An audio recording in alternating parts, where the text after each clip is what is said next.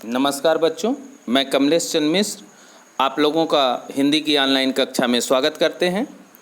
आज मैं आप लोगों को कक्षा 12 की हिंदी वितान पूरक पुस्तिका वितान का अंतिम पाठ डायरी के पन्ने पढ़ाने जा रहे हैं, जिसके लेखिका एन फ्रैंक हैं। एन फ्रैंक द्वारा यह लिखित डायरी मूलतः diary of the young girls शीर्षक से लिया गया है, जो वर्ष 1952 में प्रकाशित हुई थी। इतिहास के सबसे आतंकप्रद और दर्दनाक अध्याय के साक्षात अनुभव का बयान करती है। हम यहाँ उस भयावह दौर को किसी इतिहासकार की निगाह से नहीं, सीधे उपभोक्ता की निगाह से देखते हैं। यह भोक्ता, जिसकी समझ और संवेदना बहुत गहरी तो है ही, उम्र के साथ आने वाले दूसरों से भी पूरी तरह छूती भी है। द्वितीय विश्व युद्ध के दौरान यहूदियों पर सबसे अधिक अत्याचार हुए थे। इस पाठ में लेखिका एन फ्रैंक ने अपने जीवन में आए संकट का मार्मिक ढंग से वर्णन किया है। लेखिका ने स्त्रियों पर हुए अत्याचार, अन्याय का भी वर्णन किया है। इस डायरी को एन फ्रैंक की अकाल मृत्यु के बाद उसके पिता ऑटो फ्रैंक ने पहली बार डच भाषा में 1947 में छपवाया था। लेखिका ने अपनी डायरी को अपनी प्यारी गुड़िया किट्टी के नाम संबोधित करते हुए लिखा है। यह डायरी यहूदियों पर ढाए गए जुल्म का एक जीवंत ऐतिहासिक दस्तावेज भी है। इससे संबंधित एक बात और हम आपको बताना चाहते हैं कि लेखिका एन फ्रैंक अपनी प्यारी गुड़िया किट्टी के नाम संबोधित करके क्यों इस डायरी को लिखी है। इसलिए वह इस डायरी को किट्टी के नाम संबोधित करके लिखी है क्योंकि उसकी बात पर उसके माँ बाप और उसके दोस्त पीटर और उसके टीचर विश्वास नहीं करते थे। इसलिए अपने मन की भड़ास को, अपने मन की इच्छाओं को व्यक्त वह लिखकर करती थी और किट्टी को संबोधित करके लिखा करती थी। हॉलैंड पर जर्मनी वालों ने कब्जा कर लिया था। हॉलैंड पर जर्मनी वालों ने कब्जा कर लिया और जर्मनी के जो शासक थे हिटलर, उनकी देखरेख में जर्मनी के सिपाही सैनिक हॉलैंड अर्थात नीदरलैंड के निवासियों के ऊपर अत्याचार किया करते थे। तो नीदरलैंड की ही एन फ्रैंक थी और उसके पापा, उसकी बहन और उसकी माँ, ये चारों लोग एक अज्ञातवास जगह में जाके छिप गए थे। अज्ञातवास जगह क्या था? उसके पापा का ऑफिस था, उसी में जाके छिप गए थे और अंततः जर्मनी के तानाशाह हिटलर के सैनिक उन्हें ढूंढ लेते हैं और इसे मरवा डालते हैं। ये 2 साल तक उस अज्ञातवास अर्थात उस पापा के अपने ऑफिस में छिप कर रह रही थी। उस दौरान इन्होंने डायरी लिखी है, प्रतिदिन डेट तारीख के हिसाब से क्या घटना किस दिन घटी, किस दिन क्या उसने अनुभव किया, क्या उसके साथ बीती, इन सब बातों को जिक्र उसने अपनी डायरी में किया है। आइए देखते हैं इस पाठ का सारांश। लेखिका ने 8 जुलाई 1942 से अपनी डायरी लिखनी शुरू की। युद्ध के दौरान 2 यहूदी परिवार 2 वर्ष तक एक गुप्त स्थान पर छिपे रहे, जिसमें लेखिका का परिवार अर्थात फ्रैंक परिवार था, जिसमें 23 वर्षीय एन लेखिका, उसके माता पिता और उसकी बड़ी बहन मार्गोट थी। जबकि दूसरा परिवार था वांग दंपत, उनका 16 साल का लड़का पीटर। उनके साथ एक और व्यक्ति रहता था जिसका नाम था मिस्टर डसेल। एन फ्रैंक ने डर, आतंक, भूख, गरीबी, मानवीयता, प्रेम, घृणा, प्यास, पकड़े जाने का खौफ आदि का जीवंत वर्णन इस डायरी में की है। ये सब एन के पापा के दफ्तर में छिपे हुए थे। 9 तारीख को दफ्तर की बिल्डिंग के बारे में लिखा गया। 10 तारीख को लेखिका ने दिन भर अपने पिता के साथ मिलकर दफ्तर के कमरों की सफाई की, सामान व्यवस्थित किया। रसोई को रगड़ कर साफ करने का काम भी लेखिका ने ही पूरा किया। 28 नवंबर को एन ने लिखा कि उसने वह समय किस प्रकार डर डर कर बिताया है। मिस्टर डसेल जो एक अच्छे खासे चुगलखोर व्यक्ति हैं, एन की सभी बातें उसकी मम्मी को बता देते थे। मिस्टर डसेल अध्यापक थे और एन को पढ़ाया करते थे, एन फ्रैंक को पढ़ाया करते थे। जब एन फ्रैंक उनकी बातों को नहीं मानती थी तो जाकर एन फ्रैंक की मम्मी से बता देते थे। एन फ्रैंक की मम्मी उसे डांटती थी कि गुरुजी जो पढ़ा रहे हैं, गुरुजी जो सिखा रहे हैं, मिस्टर डसेल जो सिखा रहे हैं उसको करो, सीखो। एन ने अपनी गलतियों के बारे में भी लिखा है, पर वह उन पर या तो हंस देती थी या फिर रो देती थी। वह चाहती थी कि अपनी सभी गलतियों को वह धीरे धीरे ठीक कर ले। 18 मार्च को एन फ्रैंक ने लिखा कि 1000 गिल्डर के नोट भी अवैध मुद्रा घोषित हो जाने से कालाबाजारी करने वालों को झटका लगा। गिल्डर माने वहाँ का पैसा, रुपया। यही वह एनेक्सी भवन है जिसमें उसके पापा की ऑफिस है, जिसमें एन फ्रैंक और मिस्टर वांगडांग, दो परिवार के 8 लोग इसमें जाकर 2 वर्ष तक अज्ञातवास में बिताए। इस अज्ञातवास के दौरान मुद्रा पैसा भी प्रचलन से बाहर कर दिया गया, नोटबंदी कर दी गई, जिससे उसके पास रखे 2000 रुपये भी खराब हो गए। 23 जनवरी को एन फ्रैंक ने लिखा कि उसे राजसी परिवार की वंशावली में अच्छी रुचि हो गई। वह परिवार को फिल्मी कलाकारों की तस्वीर अलग करने व देखने में अपना समय व्यतीत करती थी। साथ ही एन फ्रैंक को बालों का स्टाइल बनाना भी बहुत पसंद था। 28 जनवरी एन फ्रैंक लिखती है कि वह मिसेस वांगडांग की हर कहानी को सुन सुनकर ऊब गई थी, बोर हो गई थी। मिस्टर वांगडांग कहानी सुनाया करते थे और एक ही कहानी को 2 बार, 3 बार, 4 बार, 10 बार सुना चुके थे, इसलिए वो कहानी सुनते सुनते बोर हो गई थी। मिस्टर डसेल भी पुरानी बातें बताते थे, जैसे घोड़ों की दौड़, लीक करती नाव, 4 साल की उम्र में तैरने की बात इत्यादि। इसी बात को कई बार उसने बताया, इसलिए इन बातों से उसे अरुचि हो गई थी। 28 मार्च को एंग ने लिखा, कैबिनेट मंत्री मिस्टर बोल्केस्टीन ने लंदन से डच प्रसारण में घोषणाएं करते हुए कहा, युद्ध के बाद युद्ध का वर्णन करने वाली डायरी तथा पत्रों को इकट्ठा किया जाएगा। यह सुनकर एंग का मन आनंद से भर गया।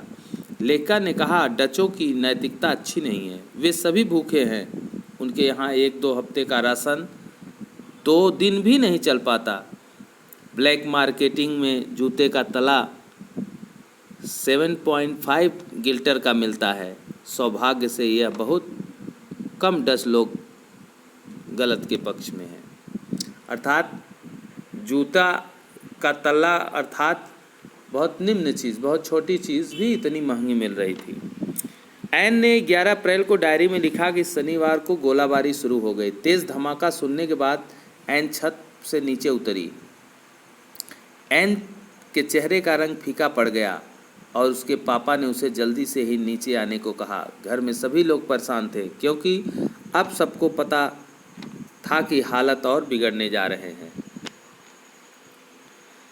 13 जून को एन ने डायरी में लिखा कि सभी डच लोग ब्रिटेन का मजाक उड़ाते हैं, उन्हें कायर कहते हैं। पीटर के बारे में लेखिका लिखती है कि वह एक अच्छा दोस्त था, क्योंकि वह मानता था पीटर का स्वभाव उसके स्वभाव से बिल्कुल भिन्न है। पीटर उसका दोस्त था, उसके साथ पढ़ता था। इसकी 2 कमियां थी।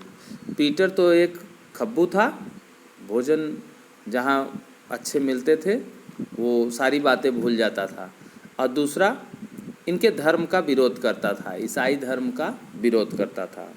पीटर में 2 बुराई थे।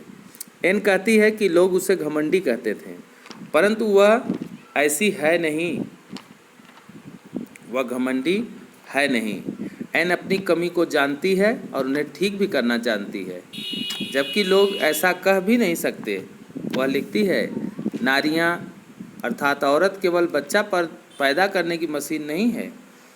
औरत ने ही समाज को बनाया है, फिर समाज उन्हें उचित सम्मान क्यों नहीं देता? औरत की मुश्किल को पुरुष कभी नहीं झेल सकते, इसलिए वह इन मुश्किल या तकलीफ का अनुभव लगाना भी उनके लिए असंभव है। लेखिका को यह विश्वास है कि अगली सदी में औरत को अधिक सम्मान और अधिक गौरव की दृष्टि से देखा जाएगा। एन फ्रैंक यह भी कहती है, अपनी डायरी में ही यह बात कहती है कि सीमा पर खड़े प्रहरी को से भी ज़्यादा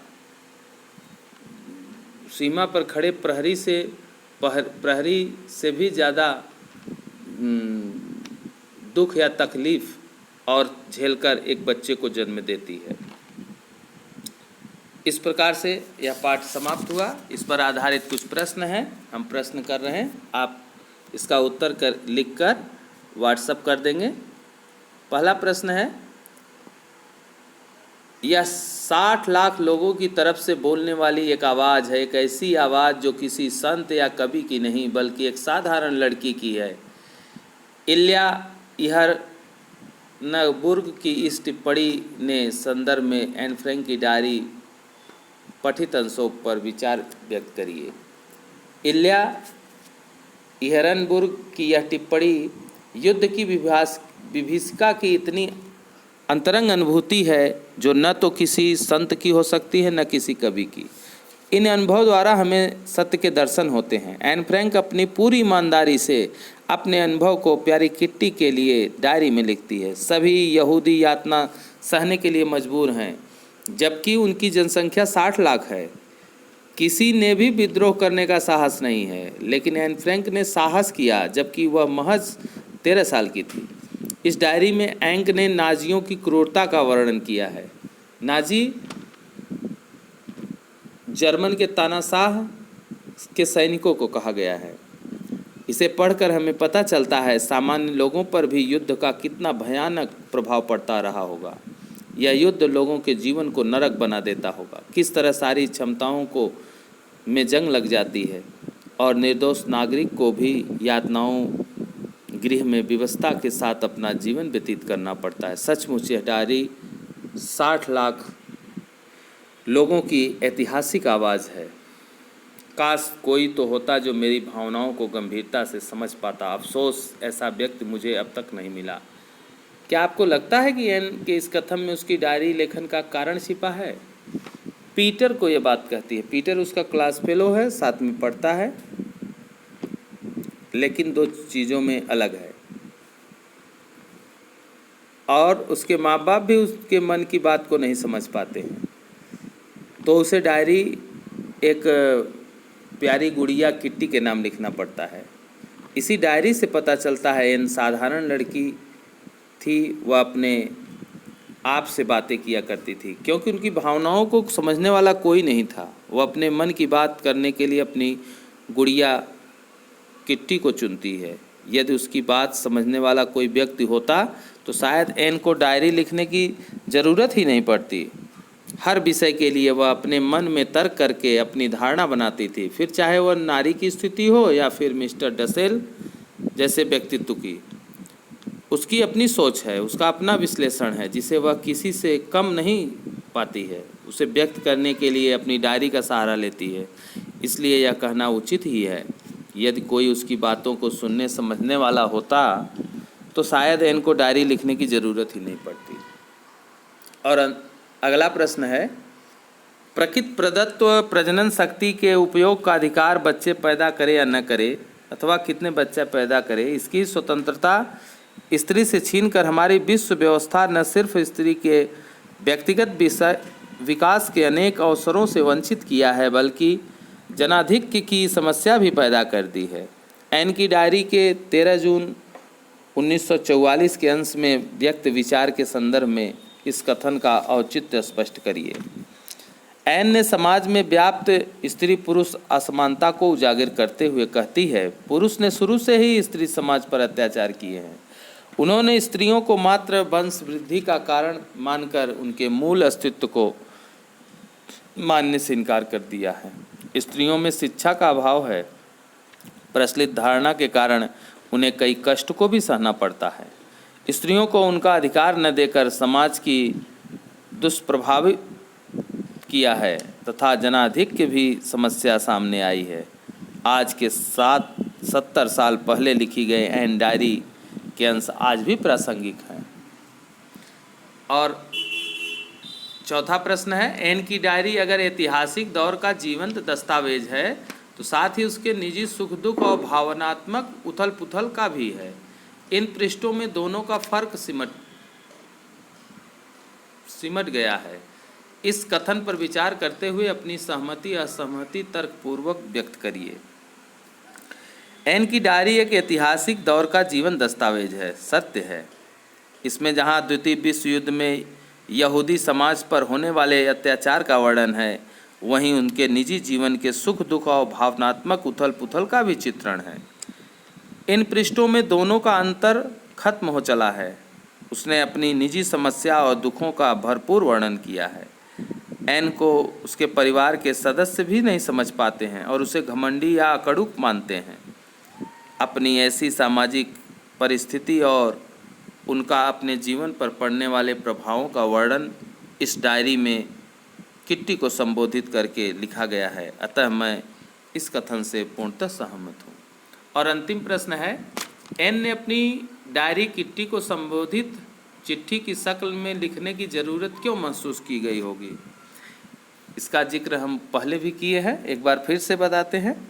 एन एक संवेदनशील लड़की है जिसकी उम्र 13 वर्ष है। उसे अपने मन की बात बांटने के लिए कोई नहीं मिलता, परंतु अपने मन की बात किससे कहे? जब तक उसे ऐसा कोई नहीं मिला जिससे वह मन की बात कह सके, उसने एक सुंदर तरीका ढूंढ निकाला। वह था उसकी प्यारी निर्जीव गुड़िया किट्टी, और उसे ही संबोधित करके पूरी डायरी लिख डाली। लोग उसे घमंडी अकड़ू समझते थे। एन के प्रति उपदेशात्मक व्यवहार भी रखते थे। पीटर एन का अच्छा दोस्त तो था, उसे प्यार भी करता था, लेकिन पीटर ने कभी उसके मन में झांकने की कोशिश ही नहीं की। कभी सवालों का हल एन की डायरी लिखकर खोज निकालती थी। इससे एन का एकाकीपन दूर हो गया। यदि कोई होता जो एन को उसके मन की गहराई को समझ पाता तो शायद एन को कभी डायरी लिखने की ज़रूरत नहीं पड़ती, परंतु ऐसा नहीं हो सका। इसलिए एन ने अपनी निर्जीव गुड़िया किट्टी को ही अपना सहारा बना लिया और अपनी भावनाओं को डायरी में व्यक्त किया। इस प्रकार से यह पाठ समाप्त हुआ। अब अगले ऑडियो में नए पाठ के साथ व्याकरण कोर्स के साथ मिलेंगे। आपका दिन शुभ हो। धन्यवाद।